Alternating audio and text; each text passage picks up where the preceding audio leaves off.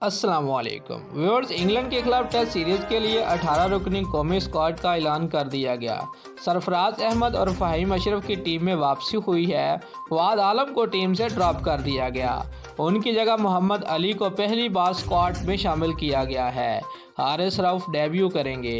Viewers, ہم آپ کو بتاتے چلیں کہ نجی ٹی وی چینل سما نیوز کے مطابق چیئرمین سلیکشن کمیٹی محمد وسیم نے پریس کانفرنس کرتے ہوئے کہا کہ کوشش کر رہے ہیں کہ تینوں فارمیٹ میں سلیکشن کے لیے آپشنز بڑھائیں۔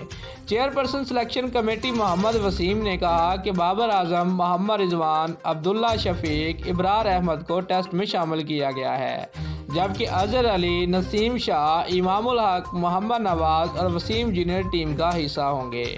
نعمان علی، سلمان علی آغا، سعود شکیل، شان مسعود اور ظاہر محمود کو بھی ٹیم میں شامل کیا گیا ہے۔